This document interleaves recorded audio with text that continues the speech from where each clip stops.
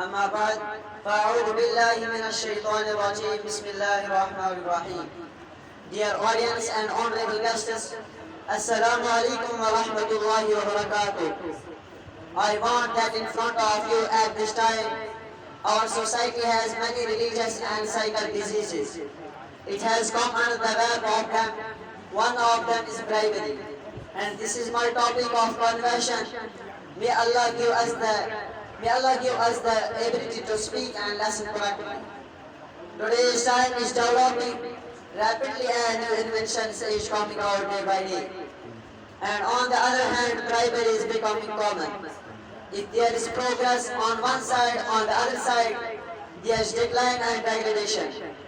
If our society is on the road of development, on one side, on the other side, on the other hand, the loss of rights and degradation is knocking at our door. If the government did not prevent bribery, so it would be difficult for an honest man to live honestly and humanity dies.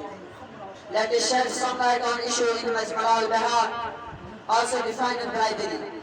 The meaning of bribery and is that someone gives something to a person in authority to fulfill their unjustified demands. Bribery is the eyes of Islam.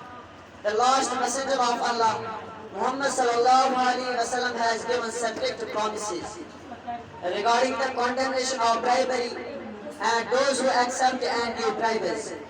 It is writing another hadith. It is narrated from Abdullah bin Umar. It is narrated from the companions of Prophet Salman radiallahu anhu that the messenger of Allah used to take and give bribes.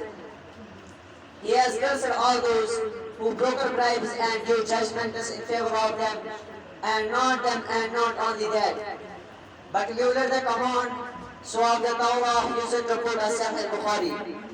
He has quoted bribes and give judgments in favor of them, and not only that, but violated the command so faith Tawrah used to quote as Sahih Bukhari in another hadith.